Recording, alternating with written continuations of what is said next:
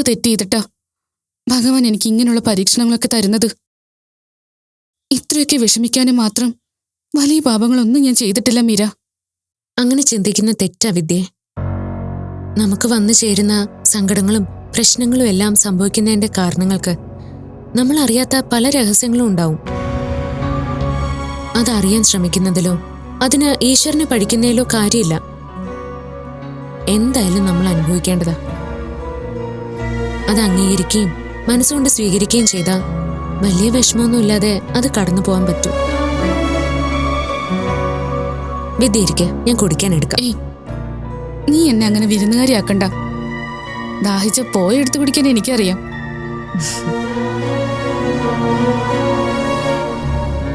മീരെ, സൂരജിനെ ആരോ കാറിൽ കയറ്റിക്കൊണ്ടു പോകുന്നത് കണ്ടുവെന്നും അതന്വേഷിക്കാൻ ആദർശേട്ടൻ പോകുന്നു എന്നൊക്കെ മുത്തശ്ശൻ പറഞ്ഞു എന്ന് അച്ഛൻ എന്നോട് പറഞ്ഞു. പക്ഷേ അതിനുശേഷം ഒരു അപ്ഡേറ്റ്സും കിട്ടിയില്ല. മീര എന്തെങ്കിലും അറിഞ്ഞോ? ഇല്ല. ആദർശേട്ടൻ ശരിക്കും അവിടെ ചെന്ന് അന്വേഷിച്ചായിരുന്നോ? അതോ നിന്നോടുള്ള പിണക്കം സൂരജിന്റെ കാര്യത്തിലും ഉണ്ടോ? ഇല്ല, ആദർശൻ അങ്ങനെയൊന്നും ചെയ്യില്ല. സൂരജിന് വേണ്ടി മാക്സിമം എഫേർട്ട് എടുത്ത് അന്വേഷിക്കുന്നുണ്ട്. പിന്നെ കൃത്യമായിട്ടുള്ള വിവരം കിട്ടിയിട്ട് അതിൽ ഉറപ്പ് വരുത്തിയിട്ട് മാത്രമേ ഇനി പറയുന്നുള്ളൂ എന്നാ അവരുടെ എല്ലാവരുടെയും തീരുമാനം.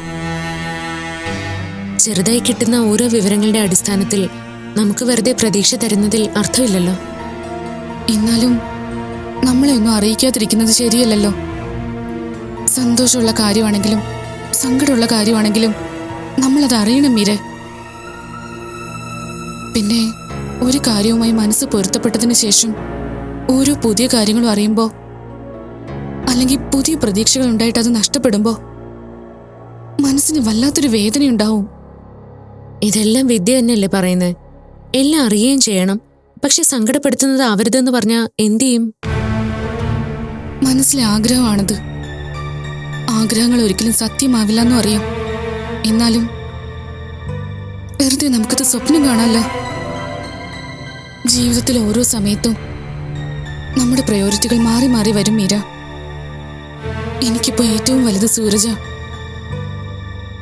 സൂരജിനെ തിരികെ കൊണ്ടുവരാൻ എന്നെ കൊണ്ടാവുന്നത് എന്താണെങ്കിലും അത് ചെയ്യാൻ ഞാൻ തയ്യാറാ. പക്ഷേ അങ്ങനൊരു വഴിയും എന്റെ മുന്നിലില്ല. ചോദിക്കുന്നവരാരും അത് പറഞ്ഞു തരുന്നുമില്ല. കഴിഞ്ഞ തവണ ഞാൻ മുത്തശ്ശനെ കണ്ടപ്പോ എന്നെ കർണാടകയ്ക്ക് കൊണ്ടുപോകുന്നു ചോദിച്ചതാ. പക്ഷെ മുത്തശ്ശൻ സമ്മതിച്ചില്ല. പിന്നെ ഞാൻ എന്ത് ചെയ്യാനാണ്? വിദ്യ വിഷമിക്കാതെ. ഞാൻ നേരത്തെ പറഞ്ഞില്ലേ, ചില കാര്യങ്ങളിൽ നമുക്കൊന്നും ചെയ്യാനില്ലാത്ത സാഹചര്യം വരും. അത്തരം സമയങ്ങളിൽ വെറുതെ ഇരിക്കുക എന്നത് മാത്രമാണ് വഴി. പലതും ചെയ്യാൻ മനസ്സ് വെമ്പിയാലും അതെല്ലാം പ്രയോജനത്തെക്കാൾ നഷ്ടങ്ങൾ മാത്രമേ ഉണ്ടാവൂന്ന് സ്വയം മനസ്സിലാക്കി സഹിക്കണം. മനസ്സിനെ അടക്കണം. ബാക്കിയെല്ലാം ഈശ്വരനെ വിടുക. കാലം എല്ലാത്തിനും നമുക്ക് ഉത്തരം തരും. ഈശ്വരൻ വേണ്ടത് ചെയ്യും.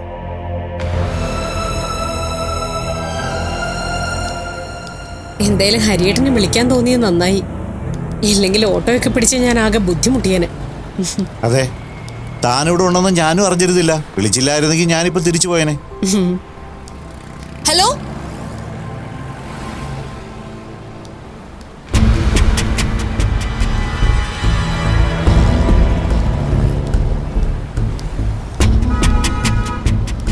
രണ്ടാളും കൂടി ഷോപ്പിങ്ങിന് ഇറങ്ങിയതാവൂ അല്ലേ? ഞങ്ങൾ ഒന്ന് രണ്ട് ആവശ്യമായിട്ട് വന്നതാ. അല്ല, മീര എവിടെ? മീരമോള് വീട്ടിലുണ്ട്. ആഹാ, മീര വീട്ടിലൊക്കെ ഇരിക്കുവോ? ഞങ്ങളുടെ വീട്ടിലായിരുന്നപ്പോ അവൾക്ക് വീട്ടിലിരിക്കാൻ മടിയായിരുന്നു. ഏത് നേരവും പുറത്ത് കറക്കുമായിരുന്നല്ലോ. ആ വീട്ടിലെ അവൾക്ക് സ്വൈര്യം കാണില്ലായിരിക്കും. അതുകൊണ്ട് അവള് മനസമാധാനത്തിന് വേണ്ടി പുറത്ത് കറങ്ങാൻ പോയിക്കൊണ്ടിരുന്നത്. ആഹാ, അത് കൊള്ളാലോ. അതെന്ത് വർത്താനോ? അവൾക്ക് അവിടെ ആരാ സ്വൈര്യം കൊടുക്കാതിരുന്നത്? ദേ അഭിരാമി, ഞങ്ങൾക്കെല്ലാം അറിയാം. വലിയ അഭിനയൊന്നും വേണ്ട. വേണ്ട. പിന്നെ ഇവള് പറയുന്ന കേട്ടില്ലേ, വിവാഹം കഴിഞ്ഞ് ചെന്നത് മുതല് മീരയ്ക്ക് അവിടെ സമാധാനം കൊടുക്കാതെ ദ്രോഹിച്ചുകൊണ്ടിരുന്ന ആളാ ഇപ്പൊ ഒന്നും അറിയാത്ത രീതിയിൽ നിന്ന് പ്രസംഗിക്കുന്നത്. അവരവര് ചെയ്യുന്ന തെറ്റിന്റെ ശിക്ഷ ഈശ്വരൻ അവരവർക്ക് തന്നെ കൊടുക്കും. മീനെ, അത് അങ്കിള് പറഞ്ഞത് ശരിയാ. അങ്ങനെ ഈശ്വരൻ ശിക്ഷിച്ചതുകൊണ്ടല്ലേ മോളിപ്പോ വീട്ടിലിരിക്കുന്നത്. എന്തൊക്കെ ഷോ ആയിരുന്നു. ആദർശേട്ടൻ എന്നെ വിശ്വാസമാണ്, ആദർശേട്ടൻ ഞാനില്ലെങ്കിൽ ജീവിക്കില്ല. എന്നിട്ടിപ്പോ എന്തായി? അവൻ തന്നെ പറഞ്ഞു വിട്ടില്ലേ? അതെ, ഞങ്ങളുടെ തെറ്റാ. വിവാഹാലോചന വന്നപ്പോ ബാക്കിയെല്ലാം നോക്കി. പക്ഷേ പയ്യന് മനസാക്ഷി ഉണ്ടോ ഇല്ലയോ എന്ന് അറിയാൻ പറ്റിയില്ല. ചിരിച്ച് സംസാരിക്കുകയും മാന്യമായി ഇടപഴകുകയും ചെയ്തപ്പോ അവന് മനസാക്ഷിയും അന്തസ്സും ഉണ്ടാവുമെന്ന് തെറ്റിദ്ധരിച്ചു. പക്ഷേ അത് ഞങ്ങൾക്ക് പറ്റിയ തെറ്റാ. വേണ്ട പിന്നെ, നമ്മൾ ഇവര് പറയുന്ന രീതിയിൽ സംസാരിക്കാൻ പാടില്ല. നാളെ ഒരിക്കലും എല്ലാം മറന്ന് ആദർശും മീരയും ഒന്നിക്കേണ്ടവർ തന്നെയാ. അതങ്ങളുടെ വെറും തോന്നലാ. ആദർശ് മീരയെ എന്നേക്കുമായി ഒഴിവാക്കാനാ നോക്കുന്നത്. അല്ലെങ്കിൽ തന്നെ അതിന് ആദർശിനെ തെറ്റു പറയാൻ പറ്റുമോ? ഒരിക്കലും ആദർശിന് ചേർന്ന പെൺകുട്ടിയല്ല മീര. ആദർശും മീരയും തമ്മിലുള്ള വിവാഹം ഞങ്ങളുടെ അമ്മയ്ക്ക് പറ്റിയ ഒരബദ്ധം മാത്രമാണ്. അത് തിരിച്ചറിഞ്ഞപ്പോ ആദർശ് തിരുത്തുന്നു, അത്രേ ഉള്ളൂ. എത്ര നിസ്സാരമായിട്ട് അഭിരാമി പറയുന്നേ. നശിക്കുന്നത് എന്റെ മകളുടെ ജീവിതമാണ്. അഭിരാമി അവളെ പോലൊരു പെൺകുട്ടിയല്ലേ. നിനക്കാണ് ഈ ഒരു അവസ്ഥ വരുന്നെങ്കിലോ ഒന്ന് ചിന്തിച്ചു നോക്കിയേ. അതിന്റെ ആവശ്യമില്ല അങ്കിൾ. കാരണം ഞാൻ മീരയല്ല. എന്റെ ഭർത്താവിന്റെ അടുത്ത് എങ്ങനെ നിൽക്കണമെന്ന് എനിക്ക് നന്നായിട്ട് അറിയാം. അതുമാത്രമല്ല, എന്റെ ഭർത്താവിന്റെ വീട്ടുകാരെ എങ്ങനെ നോക്കണമെന്നും എനിക്കറിയാം. അതനുസരിച്ച് ഞാനും എന്റെ വീട്ടുകാരും ചെയ്യുന്നുണ്ട്. പക്ഷെ നിങ്ങളോ? നിങ്ങൾ അങ്ങനെ എന്തെങ്കിലും ചെയ്തിട്ടുണ്ടോ? ഇനി എന്തെങ്കിലും ചെയ്യാൻ കഴിയോ? അതുപോട്ടെ, സാഹചര്യം ഇല്ല, ശരി. പക്ഷേ ആദർശിന് സമാധാനം കൊടുക്കാനെങ്കിലും മീരയ്ക്ക് സാധിച്ചോ? ഇല്ലല്ലോ. ആദർശ് ഒരുപാട് അഡ്ജസ്റ്റ് ചെയ്ത് മുന്നോട്ട് പോവാൻ നോക്കിയതാ. പക്ഷെ മീര ഒരു തരത്തിൽ സഹകരിച്ചില്ല. അവൾ എന്നും എന്റെ അനുജനെ കൊച്ചാക്കാനാ നോക്കിയത്. അത് മടുത്തിട്ടാ അവൻ ഇങ്ങനൊരു തീരുമാനം എടുത്തത്. ഇപ്പൊ ആദർശ് ഈ കാണിച്ചത് തെറ്റായിരുന്നു എന്ന് ആദർശ് ഒരിക്കലും തിരിച്ചറിയും. അന്ന് മീരയുടെ കാല് പിടിച്ച് മാപ്പ് പറയുകയും ചെയ്യും. എനിക്കത് ഉറപ്പാ. അതൊക്കെ ആന്റിയുടെ വെറും സ്വപ്നം മാത്രമാ, നടക്കാത്ത സ്വപ്നം. മീരയുടെ മുന്നിൽ ആദർശ് തോൽക്കണമെന്നോ മാപ്പ് പറയണമെന്നോ ഞാൻ ആഗ്രഹിക്കുന്നില്ല.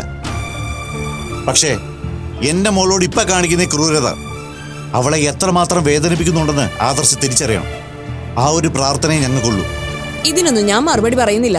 പക്ഷെ ഒരു കാര്യമുണ്ട്, ആദർശും മീരയും തമ്മിൽ അകന്നു എന്നൊരു കാര്യം പുറത്തറിഞ്ഞപ്പോ തന്നെ ഒരുപാട് പ്രൊപ്പോസൽസ് അവന് തേടി വരുന്നുണ്ട്. അതൊക്കെ ഞങ്ങൾക്ക് യോജിക്കുന്ന കുടുംബത്തിൽ നിന്നുമാണ്. പക്ഷേ ഞങ്ങളൊരു തീരുമാനം ഇതുവരെ എടുത്തിട്ടില്ല. അതിനർത്ഥം നാളെ ഒരു തീരുമാനം എടുക്കില്ല എന്നല്ല. എന്നാ പോട്ടെ, ഇനി ഇതുപോലെ എവിടെയെങ്കിലും വെച്ച് കാണാം.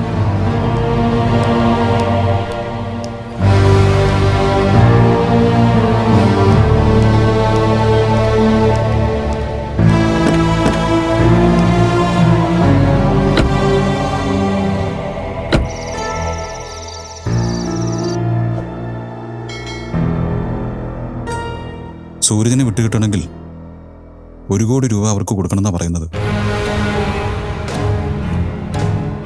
ഇപ്പോഴത്തെ അവസ്ഥയിൽ ഇത്രയും പണം അവരെ കൊണ്ട് സംഘടിപ്പിക്കാൻ വിഷമായിരിക്കും. ആ പണം നമ്മൾ കൊടുത്ത് സഹായിക്കുന്നതാണ് നല്ലത്. ആന്റി എന്താ ഈ പറയുന്നത്? വീടിനുള്ളിൽ വെറുതെ നാമവും ജോലി ബുക്സും വായിച്ചുകൊണ്ടിരിക്കുന്ന ആന്റിക്ക് പണം ഉണ്ടാക്കുന്നതിന്റെ കഷ്ടപ്പാട് എന്താണെന്ന് അറിയില്ല. അതുകൊണ്ട് ഇങ്ങനെയൊക്കെ പറയുന്നത്.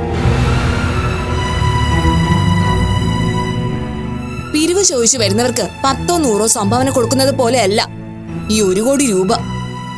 അത്രയും പണം ഉണ്ടാക്കണമെങ്കിലേ എന്തുമാത്രം തലവേദന എടുക്കണമെന്നറിയോ? അബി, നീ ചേച്ചിയോട് ആവശ്യമില്ലാത്ത രീതിയിൽ സംസാരിക്കരുത്. പണത്തിന്റെ കണക്കും വാല്യൂ എല്ലാം നിന്നേക്കാൾ നന്നായി അറിയാവുന്ന ആളാ ചേച്ചി. വെറുതെ എന്നെ കൊണ്ടൊന്നും പറയിപ്പിക്കരുത്. അത് സാരമില്ല മാധവി. അബി പറഞ്ഞല്ലോ, പണത്തിന്റെ വില എന്താണെന്നും അതുണ്ടാക്കാനുള്ള കഷ്ടപ്പാട് എന്താണെന്ന് പറയാനെങ്കിലും അബി പഠിച്ചല്ലോ. അതിലെനിക്ക് സന്തോഷമുണ്ട്. ആദർശേ, ആ പണത്തിന്റെ കാര്യത്തിൽ എന്താ നിന്റെ തീരുമാനം? നീ എന്താ ഒന്നും പറയാത്തെ? അബി പറഞ്ഞ അതേ അഭിപ്രായം തന്നെയാണോ നിനക്കും? അങ്ങനെയാണെങ്കിൽ ആദർശിന് ബുദ്ധിയുണ്ടെന്ന് ഞാൻ പറയും. അല്ലെങ്കിൽ തന്നെ മീരയുടെ കുടുംബത്തിന് വേണ്ടി പണം മുടക്കുന്നതിൽ എന്ത് കാര്യമുള്ളത്? ആ ബന്ധം തന്നെ കയ്യാലപ്പുറത്തെ തേങ്ങ പോലെ അങ്ങോട്ടോ ഇങ്ങോട്ടൊന്ന് പറഞ്ഞിരിക്കുക. അതിന്റെ ഇടയിൽ അവന് വേണ്ടി ഇത്രയും മുടക്കുന്നത് പാഴ്ചെലവ് തന്നെയാ. അതൊക്കെ അങ്ങ് പോട്ടേന്ന് വെക്കാം. ഈ 1 കോടി രൂപ കൊടുത്താ അവര് സൂരജിനെ വിട്ടു തരുമെന്നുള്ളതിന് എന്താ ഉറപ്പ്? പണം കിട്ടിക്കഴിയുമ്പോ ഇനിയും പണം വേണമെന്ന് പറഞ്ഞ് അവർ ആവശ്യപ്പെട്ടാലോ? ഈ സൂരജൊക്കെ എന്ത് കെണി ഒപ്പിച്ചു വെച്ചിട്ടാ ഇത്രയും പണമൊക്കെ അവര് ആവശ്യപ്പെടുന്നതെന്ന് അറിയാമോ? അതിനെക്കുറിച്ച് എന്തെങ്കിലും ആദർശിനോട് അവര് പറഞ്ഞോ? ഇല്ല, അതിനെക്കുറിച്ചൊന്നും ആന്റിക്ക് അറിയില്ലെന്നാ പറഞ്ഞത്. സൂരജ് മോശം സ്വഭാവമായിട്ട് നടന്ന സമയത്ത് ചെയ്ത എന്തോ പ്രശ്നത്തിന്റെ ബാക്കിയാണിതെന്നറിയാം. പണം കൊടുത്താൽ അവർ ഒത്തുതീർപ്പിന് തയ്യാറാണെന്നാ പറഞ്ഞത്. എന്റെ അഭിപ്രായം ഞാൻ പറഞ്ഞു കഴിഞ്ഞു. സൂരജ് നിന്റെ കമ്പനിയിൽ ജോലി ചെയ്യാൻ വേണ്ടി വന്നതാണ്. തിരിച്ച് വീട്ടിലെത്തും മുൻപാണ് അവൻ മിസ്സിംഗ് ആയത്. ഒന്നുകിൽ നീ പണം കൊടുത്ത് സൂരജിനെ തിരികെ കൊണ്ടുവരിക, അല്ലെങ്കിൽ നിന്റെ സ്വാധീനം ഉപയോഗിച്ച് സൂരജിനൊരു പോറൽ പോലും ഏൽക്കാതെ രക്ഷിക്കുക. അതൊക്കെ വലിയ റിസ്ക്കാണ്. പിടിച്ചു വെച്ചിട്ട് പണം ആവശ്യപ്പെടുന്നവർ മണ്ടന്മാരൊന്നും ആയിരിക്കില്ല. അവരെവിടെയാണ് സൂരജിനെ ഒളിപ്പിച്ചിരിക്കുന്നതെന്ന് പോലും അറിയാൻ ഒരു വഴിയില്ല. എങ്കിൽ ആദ്യത്തെ റൂട്ടിൽ തന്നെ മുന്നോട്ട് പോവാം. നിന്റെ കയ്യിൽ നിന്ന് പണം കൊടുക്കാൻ ബുദ്ധിമുട്ടുണ്ടെങ്കിൽ പണം ഞാൻ തരാം. അത് വേണ്ട, ഞാൻ ഒന്നുകൂടെ ആലോചിക്കട്ടെ, എന്നിട്ട് ഇതിനൊരു തീരുമാനം ഉണ്ടാക്കാം. പണം കൊടുക്കാനാണെങ്കിൽ ഞാൻ തന്നെ അത് കൊടുത്തോളാം.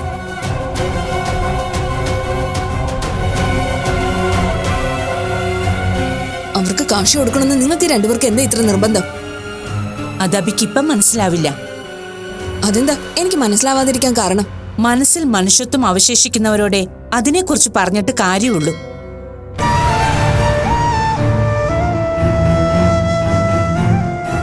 ആന്റി പറഞ്ഞത് കേട്ടോ അമ്മേ?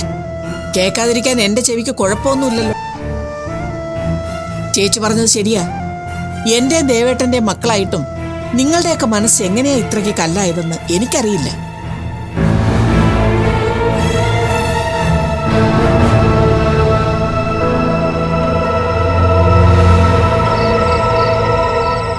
ഞങ്ങൾ പറഞ്ഞേൽപ്പിച്ച കാര്യങ്ങൾക്കൊരു തീരുമാനമായി കാണുമല്ലോ അല്ലേ? പണവുമായിട്ട് ഞങ്ങൾ പറയുന്ന സ്ഥലത്ത് നാളെ തന്നെ എത്തണം. പണം റെഡിയായിട്ടില്ല. നിങ്ങൾ ആവശ്യപ്പെട്ടിരിക്കുന്നത് ചെറിയ തുകയൊന്നും അല്ലല്ലോ.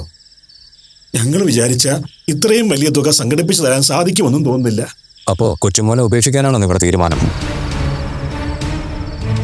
ഒരു കാര്യം മനസ്സിൽ ആലോചിച്ചുറപ്പിച്ച് ബോസ് പണം മുടക്കിയിട്ടുണ്ടെങ്കിൽ അതിൽ നിന്ന് എങ്ങനെ ലാഭം ഉണ്ടാക്കണമെന്ന് ബോസിനറിയാം. അതെ, പണം തരാൻ നിങ്ങൾ തയ്യാറായില്ലെങ്കിൽ ഞങ്ങൾക്കതൊരു പ്രശ്നമേ അല്ല.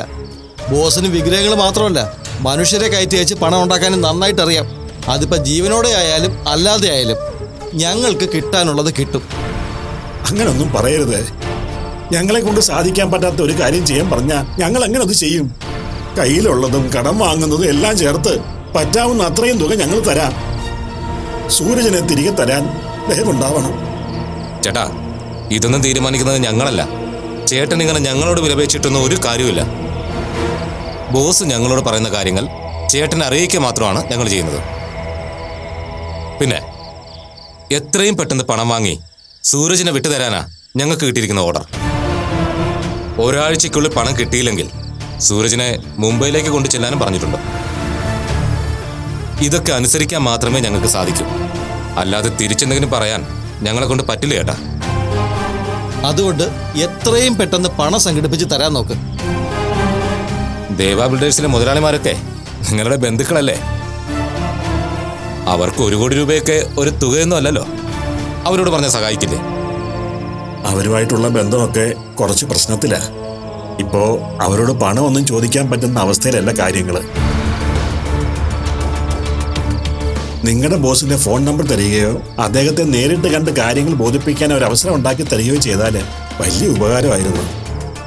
അതിന് ബോസ് ഇവിടെ ഇല്ലല്ലോ. ഞങ്ങൾ വളരെ സാധാരണക്കാരെ പോലെ വന്ന് വളരെ സൗഹൃദത്തിൽ ചേട്ടനോട് സംസാരിക്കുന്നതുകൊണ്ടാണ് ബോസിന്റെ ലെവൽ എന്താണെന്ന് ചേട്ടന് മനസ്സിലാവാത്തത്. നിങ്ങൾ ബാംഗ്ലൂരും മംഗലാപുരത്തൊക്കെ പോയി അന്വേഷിച്ചാൽ അറിയാം ബോസ് ആരാണെന്ന്. ഇതുപോലത്തെ ചെറിയ ഡീൽ സംസാരിക്കാനൊന്നും അദ്ദേഹം വരില്ല. ഇത്രയും ദിവസം സൂരജിനെ ജീവനോട് വച്ചത് തന്നെ ഇത് വിഗ്രഹവും ക്ഷേത്രവും ഒക്കെയായി ബന്ധപ്പെട്ട കാര്യങ്ങളായതുകൊണ്ട് മാത്രമാണ്. ശരി, എങ്കിൽ നിങ്ങളെ വിളിക്കാനുള്ള ഫോൺ നമ്പറെങ്കിലും തരുമോ? അതൊന്നും നടക്കില്ല ചേട്ടാ. നിങ്ങളോട് ഇങ്ങനെ ഈ രീതിയിൽ പെരുമാറുന്നത് കൊണ്ടാണ് പ്രശ്നം. നിങ്ങൾക്കൊരു കാര്യം ഒരു പ്രാവശ്യം പറഞ്ഞാൽ മനസ്സിലാവില്ല അല്ലേ? ദേ, ഇനി സംസാരമൊന്നുമില്ല.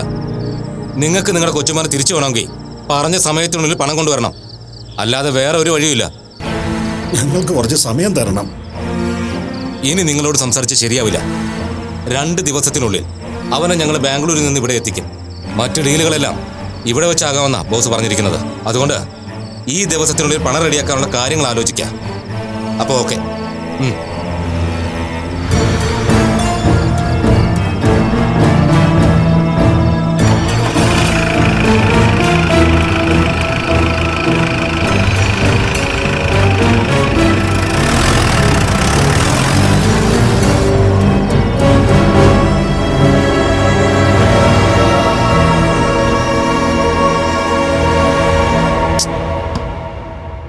എങ്ങനെയൊക്കെ നോക്കിയിട്ടും 20 ലക്ഷം രൂപയ്ക്ക് അപ്പുറം ക്യാഷായിട്ട് സംഘടിപ്പിക്കാൻ ഇപ്പോഴത്തെ അവസ്ഥയിൽ പറ്റുമെന്ന് തോന്നുന്നില്ല.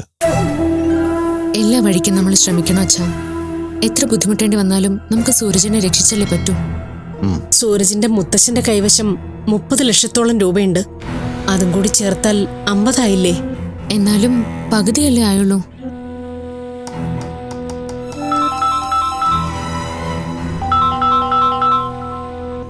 ആരാ ഹരിയേട്ടാ? മനോജ. ഹലോ. എന്തായി ഹരി കാര്യങ്ങൾ? ഒന്നും ആയിട്ടില്ല. എങ്ങനെ പണം സംഘടിപ്പിക്കാന്നുള്ള ആലോചനയില്ല. ഞാനും അതേ ചിന്തയിൽ തന്നെ ആയിരുന്നു. ചുരുങ്ങിയ സമയം കൊണ്ട് ഇത്രയും പണം എങ്ങനെ സംഘടിപ്പിക്കാനാ? ആലോചിച്ചിട്ട് ഒരു രൂപവും കിട്ടുന്നില്ല. എങ്ങനെയൊക്കെ തപ്പിപ്പറക്കിയാലും 20 ലക്ഷം രൂപയിൽ കൂടുതൽ സംഘടിപ്പിക്കാൻ ഇപ്പോഴത്തെ അവസ്ഥയിൽ പറ്റുമെന്ന് തോന്നുന്നില്ല. ഞങ്ങൾ അതേക്കുറിച്ച് സംസാരിച്ചുകൊണ്ടിരിക്കുമായിരുന്നു. ഹരി, ഒരു 25 ലക്ഷം രൂപ ഞാൻ സംഘടിപ്പിക്കാം. നമുക്ക് അവനെ എങ്ങനെ രക്ഷിച്ചെടുക്കണ്ടേ? എന്താ ഹരിയേട്ടാ? മനോജ് 25 ലക്ഷം രൂപ തരാമെന്നാ പറയുന്നത്. ഈശ്വരാ, നീ കാത്തു. ഹലോ. മനോജെ, അങ്ങനെയാണെങ്കിൽ സൂരജിന്റെ മുത്തശ്ശൻ തരാമെന്ന് പറഞ്ഞ പണവും കൂടെ ചേർത്ത് ബാക്കി വേണ്ടി വരുന്ന പണം ആരോടെങ്കിലും കടം വാങ്ങിയോ അല്ലെങ്കിൽ പണയം വെച്ചോ മറ്റോ സംഘടിപ്പിക്കാം. ശരി, ഹരി എന്ന അതിനു വേണ്ടിയിട്ടുള്ള കാര്യങ്ങൾ ചെയ്തു. ഞാൻ പറഞ്ഞ പണം എപ്പോഴാണ് വേണ്ടതെന്ന് വെച്ചാൽ പറഞ്ഞാൽ മതി, ഞാൻ എത്തിച്ചേക്കാം.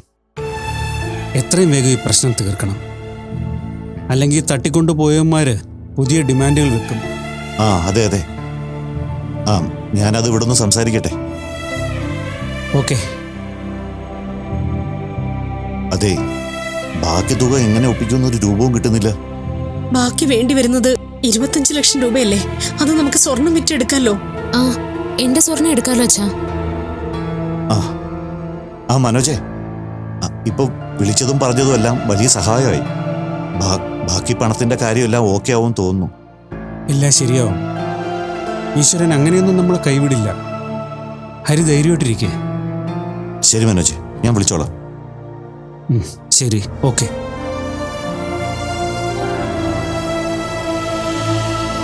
മനോജേട്ടന് ആർക്കാ പണം കൊടുക്കുന്ന കാര്യം പറഞ്ഞ്? എന്താ ചെവി കേൾക്കില്ലേ? ഞാൻ അറിയാതെ ആർക്കാ പണം കൊടുക്കാൻ പോകുന്നതെന്ന്. സൂരജിന് എന്താ പറ്റിയത്? എന്താ മനോജേട്ട സംഭവം?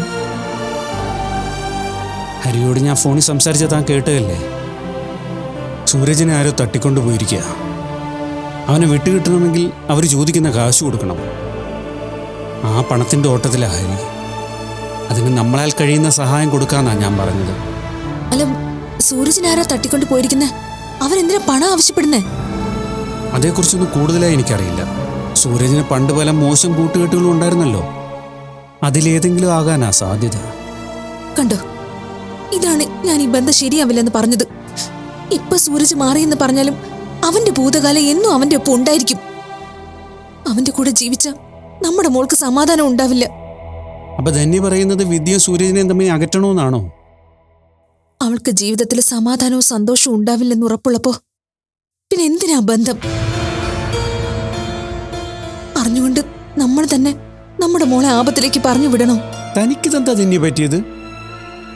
നമ്മുടെ മോളുടെ സങ്കടം താനും കണ്ടതല്ലേ? എങ്ങനെയും സൂരജിനെ കണ്ടെത്തി വിദ്യയുമായി ചേർത്ത് നിർത്തണമെന്ന് താനല്ലേ പറഞ്ഞുകൊണ്ടിരുന്നത്? ആ താനാണോ ഇപ്പൊ ഇങ്ങനെ പറയുന്നത്? പിന്നെ ഞാൻ എന്താ പറയണ്ടേ? ഇപ്പൊ മനോജേട്ടൻ കഷ്ടപ്പെട്ടുണ്ടാക്കിയ പണം കൊടുത്ത് അവനെ രക്ഷിക്കും. നാളെ ഇതുപോലൊരു പ്രശ്നം വീണ്ടും ഉണ്ടാവില്ലെന്ന് ഉറപ്പുണ്ടോ? തന്നെ പറയുന്നത് ശരിയാ, അതിൽ കാര്യവുമുണ്ട്. പക്ഷെ സൂരജിനെ ഇനി നമ്മുടെ മകളിൽ നിന്ന് അകറ്റുക എന്ന് പറയുന്നത് നടപ്പുള്ള കാര്യമാണോ? പിന്നെ സൂരജിന്റെ ഭാഗത്ത് നിന്ന് ഇനിയൊരു പ്രശ്നം ഉണ്ടാകില്ല, അതിൽ എനിക്ക് ഉറപ്പുണ്ട്. എന്തൊരു ഗതികേടാ ഇത്! പറഞ്ഞു വെച്ചുകൊണ്ട് എന്റെ മോൾ ആപത്തിലേക്ക് പറഞ്ഞു വിടേണ്ട അവസ്ഥ ആയി പോയില്ല ഭഗവാനെ. അങ്ങനെയൊന്നും കരുതേണ്ടത് തന്നെ. ഇപ്പൊ നമുക്ക് വലുത് നമ്മുടെ മോളുടെ ഭാവിയാ. അവൾക്ക് സന്തോഷം ഉണ്ടാവണമെങ്കിൽ സൂരജിനെ തിരിച്ചുകൊണ്ട് വന്നേ പറ്റൂ. സൂരജിനെ നഷ്ടപ്പെട്ടപ്പോൾ മരിക്കാൻ ചിന്തിച്ചു എന്ന് അവൾ പറഞ്ഞത് താനും കേട്ടതല്ലേ?